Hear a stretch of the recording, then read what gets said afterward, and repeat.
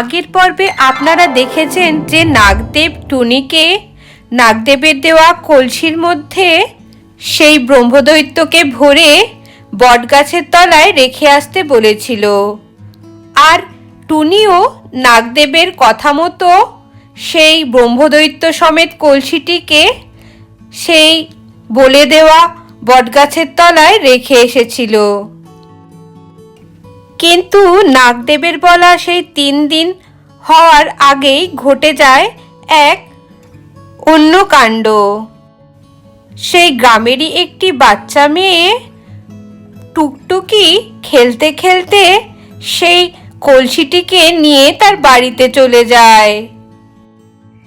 আর তার মা রাতে যখন ঘুমাচ্ছিল তখন তার শরীরে সেই ব্রহ্মদৈত্য প্রবেশ করে। কি গো, তোমাকে আমি বারবার করে ডাকছি, তুমি তো একবারও কথার উত্তর দিচ্ছ না। কি হয়েছে? তুমি আজকে সকাল থেকেই দেখছি একটু কেমন ঘোরের মধ্যে আছো। সকালে রান্নাও করলে না, কিছুই করলে না। তোমার ব্যাপারটা কি? তুমি হঠাৎ এইরকম ভাবে কেন রয়েছো? পল্টু অসিতের কথাটাই জানতো, তাই তার একটু কেমন গায়ের মধ্যে খটকাও লাগে। পল্টু তখন অসিতের বাড়ির দিকে রওনা দেয়। পল্টু অসিতকে গিয়ে সব কথা জানায়। আমি তো এই ব্যাপারে কিছু বলতে পারবো না, তবে টুনি এই ব্যাপারে তোমাকে কিছু বলতে পারে। কেননা মা আমাকে বলেছিল যে ওই কলসির মধ্যে ব্রহ্মদৈত্য বন্ধ হয়ে গেছে, আর সেই কলসিটা নিয়ে টুনি কিছু একটা করেছে। এই বলতে পারবে যে ওই ব্রহ্মদৈত্য এখন কোথায় আছে, আর সে কি কারোর শরীরে আবার প্রবেশ করতে পারবে কি না। এরপর পল্টু টুনির কাছে যায় এবং টুনিকে গিয়ে সব কথা জানায়। আমি তো সেই বটগাছের তলায় সেই কলসিটাকে রেখে এসেছিলাম, আর নাগদেব বলেছিল যে 3 দিনের মধ্যে যেন কেউ ওইদিকে না যায়, আর ওই কলসিতে যেন কেউ না হাত দেয়। আর যদি হাত দেয় তাহলে তার শরীরে সেই ব্রহ্মদৈত্য আবার ঢুকে যেতে পারে। তোমার বউ নিশ্চয়ই ওদিকে যায়নি, অতএব তার শরীরে ঢুকবে কি করে? তবে একটা কলসি আমি আমাদের বাড়িতে দেখেছি। আমার মেয়ে টুকটুকি ও একটা কলসি নিয়ে এসেছিল, কোত্থেকে নিয়ে এসেছিল আমি জানিও না। আমি ভেবেছি হয়তো খেলার ছলে নিয়ে এসছে। এ আবার সেই কলসি নয় তো? অত চিন্তা না করে আমি বরং যাই, গিয়ে বটগাছে গিয়ে দেখে আসি বটগাছ তলায় সেই কলসিটা আছে কিনা। তাহলেই তো বোঝা যাবে সেটি ওই কলসি কিনা। তারপর না হয় তোমার বাড়িতে আমি যাচ্ছি, গিয়ে দেখছি। এরপর টুনি সেই বটগাছতলায় যায় এবং সেখানে গিয়ে সে দেখে আশ্চর্য হয়ে যায় যে ওই কলসিটি সেখানে নেই। কেউ সেই কলসিটিকে হয়তো নিয়ে গেছে। এরপর টুনি পল্টুর বাড়িতে যায়। দেখি পল্টু, সেই কলসিটা যেটা তোমার মেয়ে নিয়ে এসছে। এরপর পল্টু টুনিকে সেই কলসিটি দেখায়। আরে, এ তো সেই কলসি যেটা নাগদেব আমাকে দিয়েছিল। আর ওখানেও তো ওই বটগাছ তলায় তো ওই কলসিটি নেই। তার মানে এই সেই কলসি। কোথায় তোমার মেয়ে? তোমার মেয়ের সাথে আমি একটু কথা বলতে চাই। মা টুকটুকি, টুকটুকি একটু এদিকে আয় তো।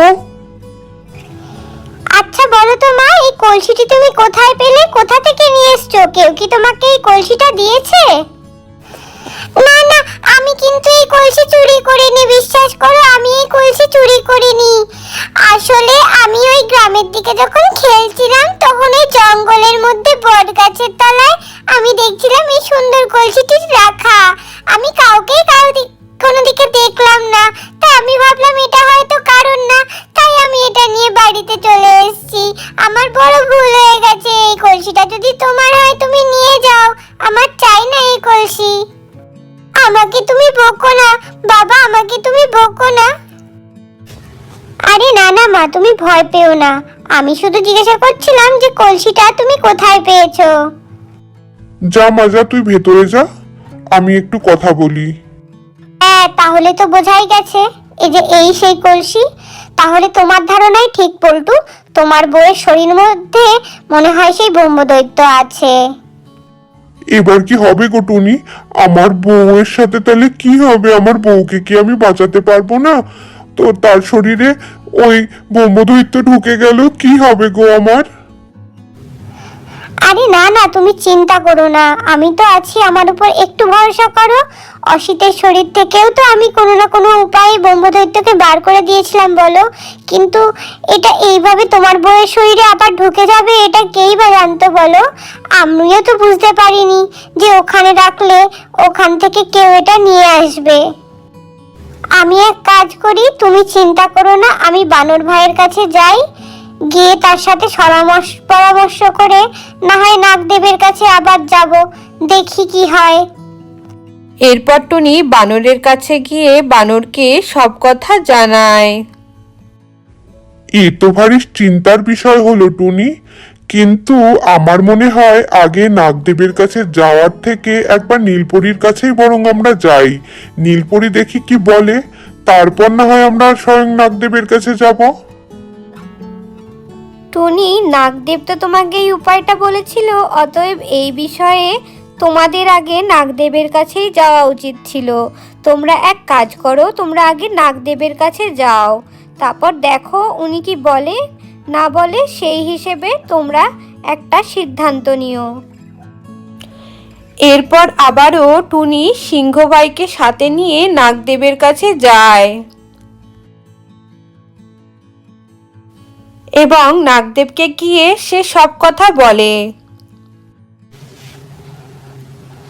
হ্যাঁ নাগদেব, ওই ব্রহ্মদৈত্য তো খুব চালাক, এবারও যেমন ওকে আটকানো গেল না। আপনি বরং এমন কিছু উপায় বলুন যাতে ওই ব্রহ্মদৈত্য আর কোনোভাবে ছাড়াই না পায়, ও যেন কখনো আর কারোর শরীরে বাস না করতে পারে। ঠিক আছে, তুমি এক কাজ করো, ওই কলসিটা আমার কাছে আবার নিয়ে আসো। ওই কলসিটা আমি মন্ত্রপুত করে দেব, কিন্তু এবার ওই কলসিটা তুমি আর কোনো বটগাছের তলায় রাখবে না। সেই কলসিটা তুমি আমার কাছে নিয়ে আসবে, তারপর আমি দেখছি ওই ব্রহ্মদৈত্যর কি ব্যবস্থা করা যায়। ঠিক আছে, ধন্যবাদ নাগদেব আপনাকে। আমি এক্ষুনি যাচ্ছি, এক্ষুনি গিয়ে ওই কলসি এনে আপনাকে দিচ্ছি। এরপর টুনি পল্টুর বাড়িতে যায় এবং গিয়ে পল্টুর বাড়ি থেকে সেই কলসিটি নিয়ে এসে নাগদেবকে দেয়। নাগদেব আবার সেই কলসিটিকে মন্ত্রপুত করে দেয়।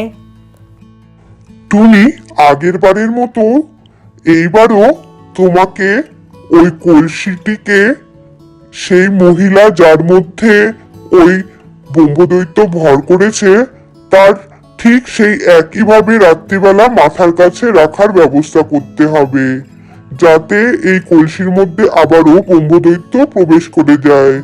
আর আগের বারের মতো এইবারও কোনো রকম কোনো বাধা নেই যে কোন দিন বা কোন সময় রাখতে হবে, সেই আগের মতোই সূর্যাস্তের পর থেকে সূর্যোদয়ের আগের মধ্যে সেই কলসিটি দিয়ে এই কাজটি করতে হবে, তবে দিন বিশেষের কোনো বাধা নিষেধ নেই।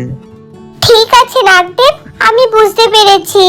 আগেরবার অসিতের মাকে যেভাবে আমি বলেছিলাম ঠিক আমি সেইভাবে বলে দেব পল্টুকে, যাতে সে এর ব্যবস্থা করে।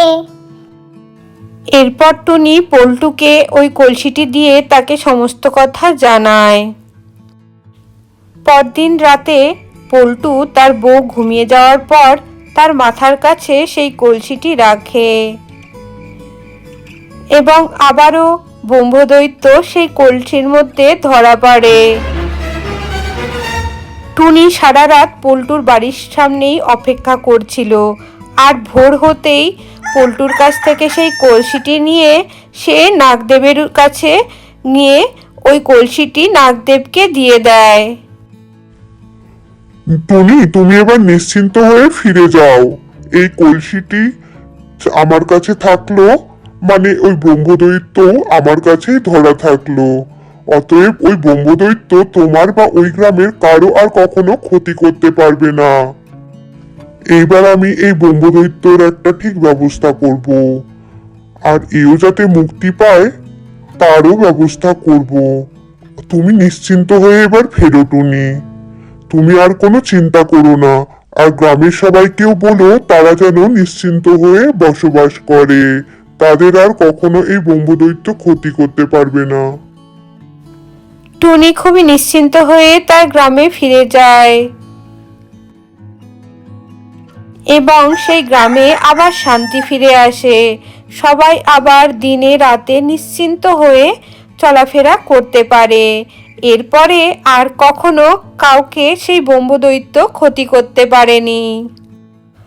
গ্রামে আবার শান্তি ফিরে আসে, আর অসিত এখনো সেই কোনো না কোনোভাবে সেই ব্রহ্মদৈত্যের প্রতি কৃতজ্ঞতা যাপন করে।